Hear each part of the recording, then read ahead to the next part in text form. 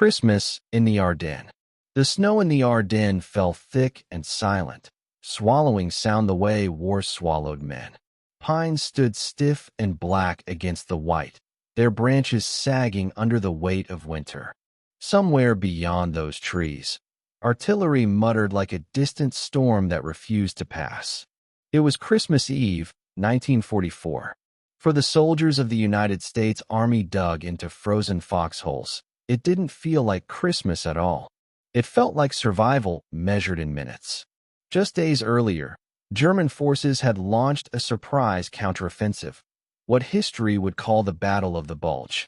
The enemy had struck through fog and forest, punching a deep bulge into Allied lines. American units, many young, under-equipped, and exhausted, found themselves surrounded, cut off, or pushed back into the woods with winter closing in like a trap. Private Tom Bennett pulled his coat tighter and rubbed his hands together, breath fogging in the cold. He hadn't felt his toes in hours.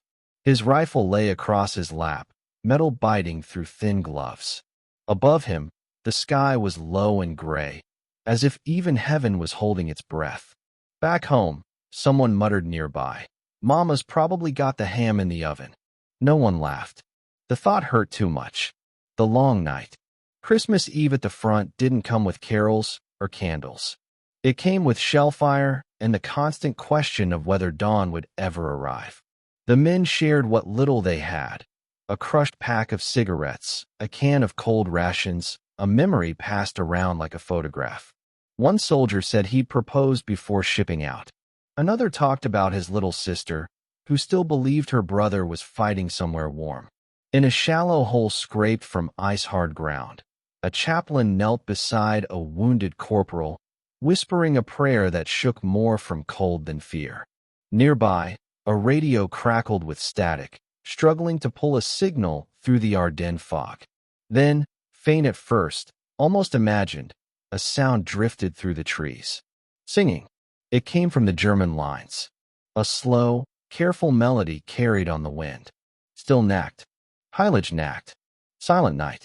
The Americans froze, not with fear, but disbelief. The song was unmistakable.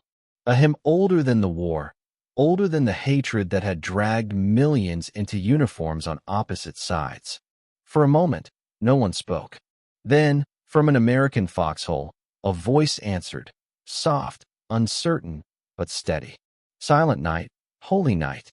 Another joined. Then another. Different accents. Same song. Across a battlefield littered with shell craters and broken trees, enemies sang the same words into the frozen dark. No ceasefire was declared. No truces were signed. Rifles stayed close at hand. But for those few minutes, the war loosened its grip. Men remembered who they had been before they were soldiers. Christmas morning. Dawn came gray and bitter. The singing was gone. The war returned with the light. Orders crackled in. Positions were held. Attacks came and were repelled. The cold claimed fingers and feet. Fear claimed sleep. By nightfall, the forest echoed again with the violence of men trying to survive history. Yet something had shifted.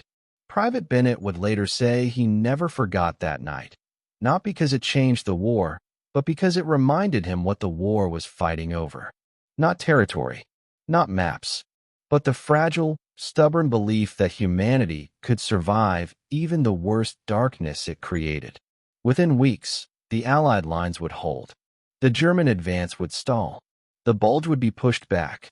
And by spring, the road to victory in Europe would be open. But on that Christmas, victory was not the miracle. Endurance was. Why this Christmas mattered. World War II is remembered for its enormity, its armies, its machines, its staggering loss of life. But history is also shaped by small, quiet moments that never make headlines. A song in the snow, a shared memory of home, a reminder that even in war's deepest winter, something human still breathes. That Christmas in the Ardennes did not stop the fighting, but it proved that even there, cold, surrounded, afraid, men could still choose to remember peace. And sometimes, that choice is enough to carry them through the night. Historical note. This story is set during the Battle of the Bulge, December 1944 to January 1945, Germany's last major offensive on the Western Front in World War II. American forces fought under extreme winter conditions in the Ardennes Forest, facing surprise attacks, shortages of supplies, and brutal cold. While there is no single documented formal Christmas truce like that of World War I, numerous first-hand accounts from Allied and Axis soldiers describe hearing Christmas carols, moments of quiet reflection, and brief, unofficial pauses in fighting during Christmas Eve and Christmas Day. The characters, dialogue, and specific singing exchange in this story are dramatized, but the setting, conditions, and emotional realities are historically accurate and drawn from veteran testimonies.